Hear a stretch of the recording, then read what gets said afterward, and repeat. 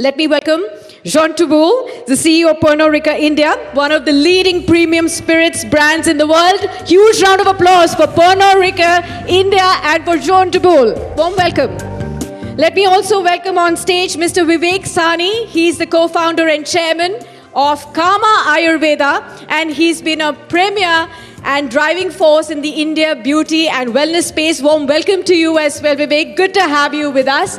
And shortly, we will also be joined by Rahul Mishra, who's a visionary fashion designer and the first Indian to, in fact, showcase. He's walking right up the stage. Warm welcome to you, and that's a great entry. You straight away walk up to this stage. Thank you so much, Rahul, for joining and making it on time.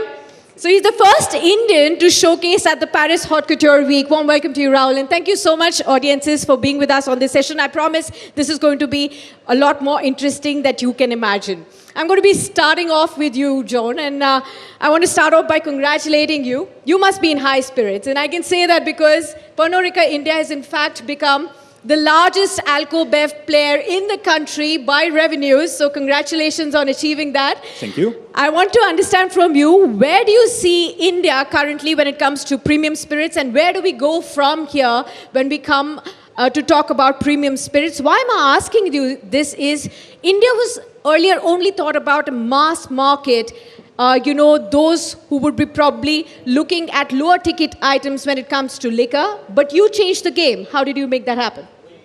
Well, thank you again. And yes, indeed, we are very proud that we became the leader of this market after 30 years of presence locally. So 3 decades is a long time, and premiumization, move towards luxury, is a journey.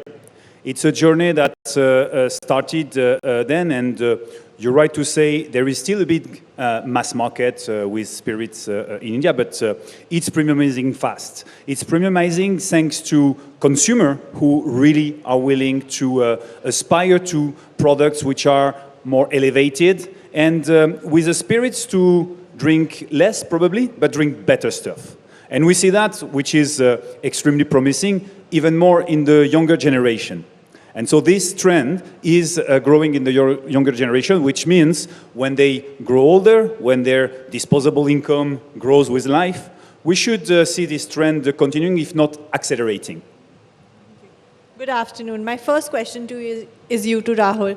Rahul, you're spearheading Indian luxury fashion on the global stage now. What are the key factors you think are responsible for achieving that? I think when you think on luxury, ultimate beauty of luxury lies in, I would say, one factor we can define is time. So how much time it takes to create something and how long it can retain love of the owner. So these two factors define luxury. And somehow when you think about India as a country, and I think I'm really lucky to be in India at this time, and being a designer out of India, where when you do Haute Couture Week in Paris, you realize almost 90% of most fabulous clothes which are showcased on runway are actually more or less made in India. So I think it's Idea India which is behind everything, or which is reason behind whatever success we have got as a brand. Wonderful. I'll come to Vivek now, and I want to understand from you, Vivek, globally, there is this rising trend of clean beauty, and you're already at the helm of it. I want to still understand, do you think the recognition that we were hoping for Indian Ayurveda to achieve on a global stage in the luxury space has been delivered yet, or still there is some bridge that needs to be gapped? Yeah, it's on. Okay, so I think we're a long way to go. They're calling it A-beauty, which is very nice. I love the idea of A-beauty. I said I love the idea of A-beauty. As to K-beauty, I think A is far better. We're, I think, at still a very nascent stage. I think at Kama Ayurveda, what I'm very proud about is we took this idea of Ayurveda, a traditional Indian system of medicine, and made it available to, an Indian audience, and now a global audience with our stores in the UK. So basically what was treated as a kitchen recipe, not a kitchen recipe, but actually a science, not accessible to most people. The products that we make, Kumkumadi Thailam Kumkumadi is pretty household. You Google it now, I think there are like 10,000 Kumkumadis up there. When we started 20 years ago, there wasn't even one. Ditto with the hair oil. So I think just the fact alone, that the fact that we've popularized Ayurveda in that sense, I think that's extraordinary. By propagating Ayurveda in its most authentic way, which means using the best quality ingredients to get the highest level of efficacy, so the products actually work. Your hair does stop falling, your dark circles do disappear, your acne, skin, all of the stuff does get better. That's where we're premium. Actually not premium, we're luxury. And the world is now discovering it. It's also the sister science of yoga. So I think with the prevalence of yoga all over the world, we're now finally coming to the time where Ayurveda is sort of coming into its, well, A-beauty is coming into its own. You said A-beauty and everybody is associating it with K-beauty. Why am I saying that? Because K-beauty has actually overtaken the world with the snail mucin and all those products. I want to know, when will A-beauty beat K-beauty on the global stage? I think K-beauty's been around for a while, so just give A-beauty a chance. Yes, absolutely. A chance. And I think it's already very fast. I mean, it's kind of interesting. We opened in the UK 2 years ago, a year ago. And we're at Harrods, and we're in Notting Hill, and I found that people have the same, like London has bad water and hard water, and their hair is falling out. So they're using Bringrati hair oil, and it's only growing. So I'm quite excited about it. And now that we're talking about water, I'm going to shift to Mr. Touboul and ask him, what are the key growth drivers of the Indian spirit market, and how do you think PRI is innovating and going ahead in the curve? Innovation is key in our business, because if we want to continue to interest and attract consumers, to evolve them towards a product with more value, we need to deliver these values through innovation. So we are constantly doing that, whether it is with our existing big brand like Royal Stag, where we did Royal Stag Double Dark recently, more peaty. We did the Blender Sprite 4 Elements that we launched, or totally new to the world brand like Longitude 77, our own Indian single malt, which we launched 18 months ago, and which is a true elevation to the whiskey, local whiskey market. So innovation with premiumization towards luxury. And also, if I could ask you, how do you collaborate between industries? Do you see yourself collaborating across industries? There is many collaboration, and we have Rahul here. Our brand Blender Sprite works with fashion, and has been working with fashion for probably 20 years. So we do see this association of lifestyle when it goes to fashion, when sometimes it goes to sport. Our brand Chivas Regal just announced a global partnership with Ferrari Scuderia, and also with Charles Leclerc, the pilot. So this collaboration, this association are key to us towards the two examples I mentioned are very luxury, toward this elevation, this lifestyle that our consumers are looking for. Okay. Rahul, I'm going to come to you next. And, John started to talk about innovation. I still want to ask you about fashion industry, which is considered as the most innovative industry. Nowadays, we're talking about digital and AI also in the fashion industry. So I want to know from you, when we talk about, very personal heritage, handmade, personal couture, can that continue to command value in this new tech-driven era when AI is going to be looking to take over all the industries? We all also keep asking this ourselves. And definitely AI is a wave which everybody, like if you're not using AI tools, you might already be lagging behind, for sure. But I have to also share here something. Like think about, it's like late 18th century or early 20th century. Clyde Monet is still there. And photography was taking over the world. Somehow most of the artists, they were making money by making portraits of rich people. Suddenly photography is there. There's no longer requirement for so many artists. But art kept appreciating. Like recently, one of the artwork of Monet and one of Picasso, which has auctioned at record value, which is, I think, close to 50 million or something like that, one piece. So yeah, anything which is handmade, which is driven with purpose, which is driven with idea of heritage, is going to become far more relevant in the time of AI because things are going to be made far more faster.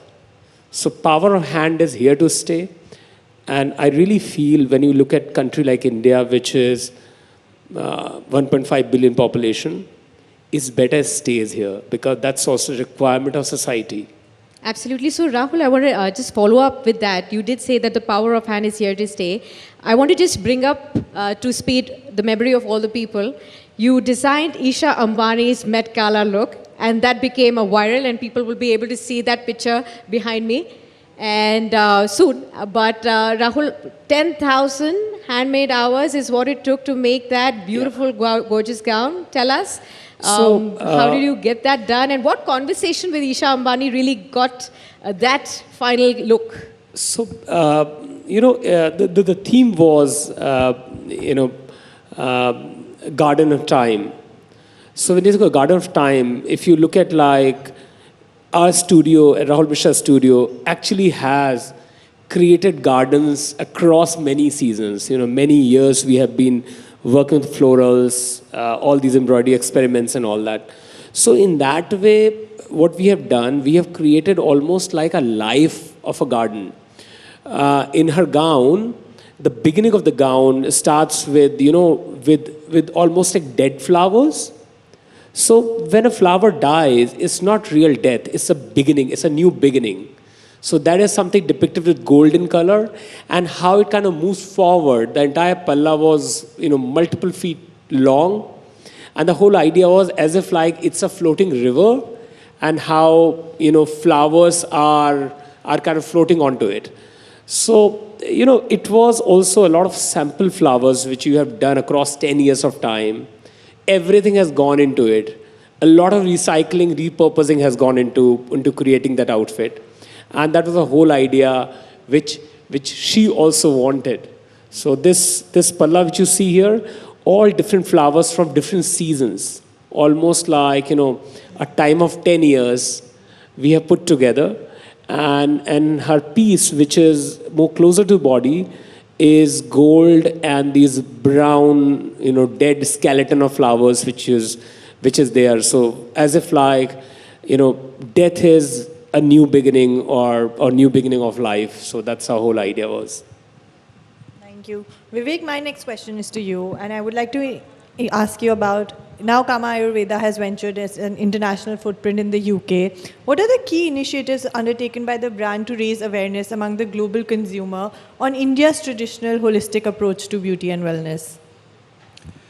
So, I can't speak about India, but I can speak about Ayurveda. Yes. And I think the most important thing is reason to believe. Like, I can say this saffron is amazing or this ingredient works, but how? Why? I mean, what is my reason to believe you? And that's why we turn to science. So clinical trials with detailed efficiency in the labs. The clinical trials here and both in Europe, so 2 sets of trials, to prove this science, what was codified 2,500 years ago. The Kumkumadi has been around for centuries, so it's time-tested. So what is time-tested in India has been proven by science that it actually works. So clinically proven, 21-day use, your hair does stop falling, your dandruff does get reduced, your acne does clear up, your dark circles do get reduced. So I think the science was the key, that we use science to prove this modern science to prove the ancient science. And I think, once you have, I think the proof, as I say, proof of the pudding is in the eating. If you actually have a product that works, I think that's reason enough to buy. What is going to be the next big product after Kumkumadi Tailam's, such a viral success? Well, we've got a bunch, and actually we've got a whole bunch new. We've got something very interesting happening early April.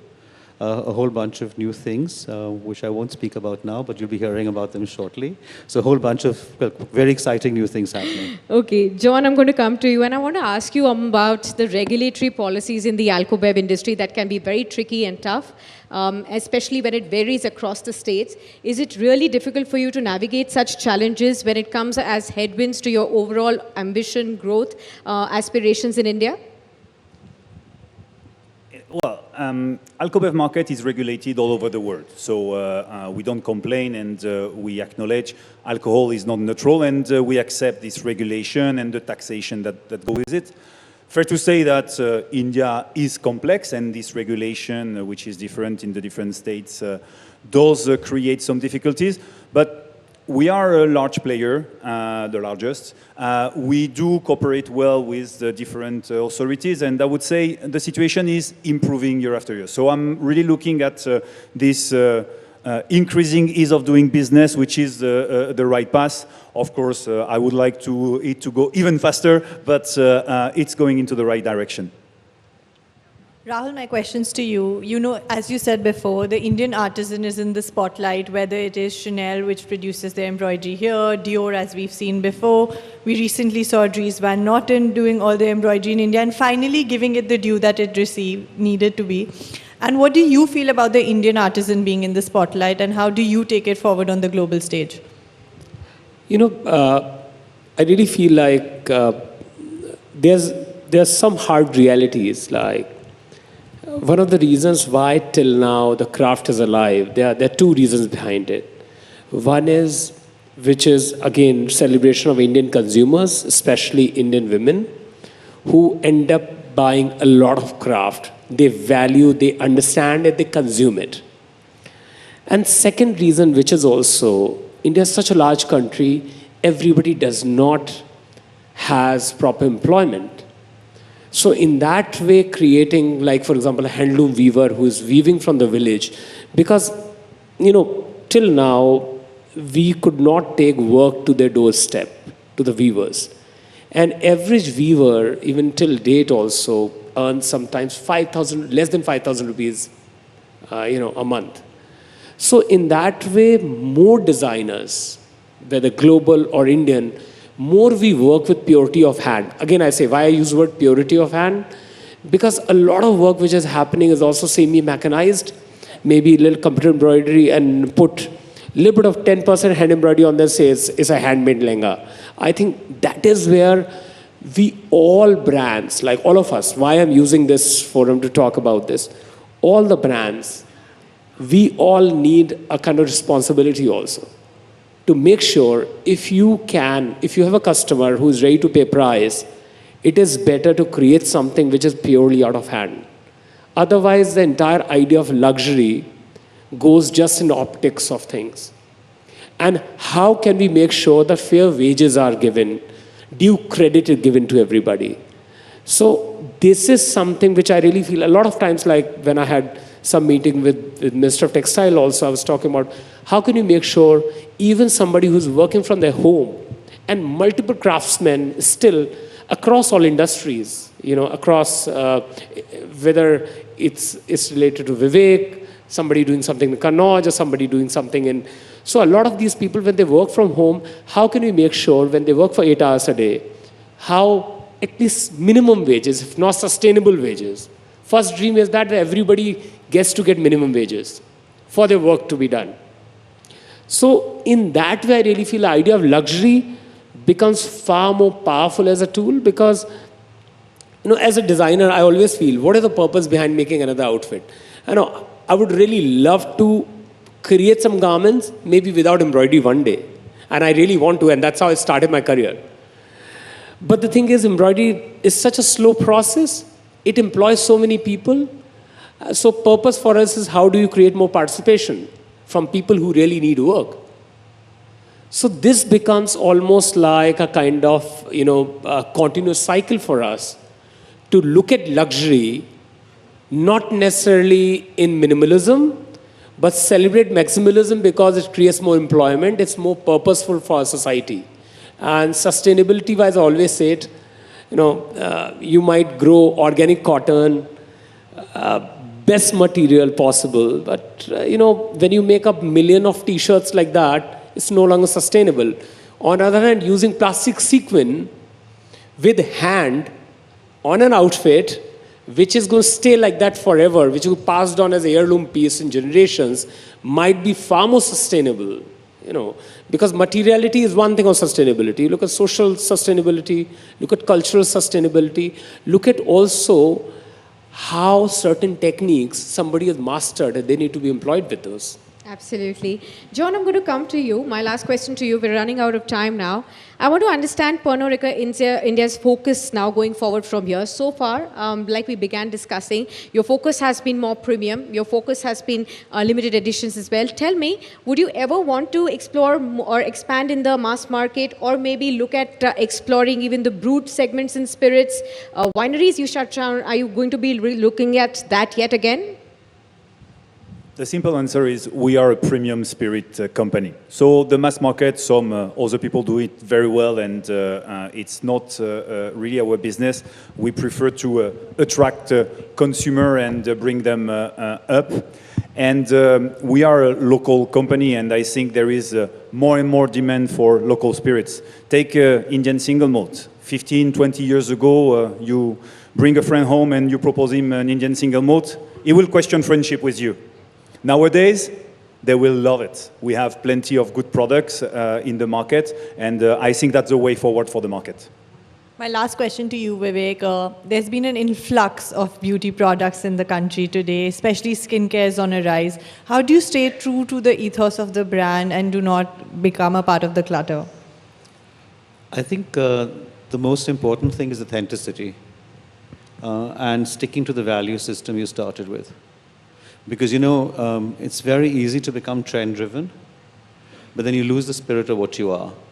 And we are not a trend-driven company. Ayurveda is not trend-driven. And so if we're selling traditional and authentic Ayurveda, we stick to our truth, the authenticity of Ayurveda, so you don't dilute it.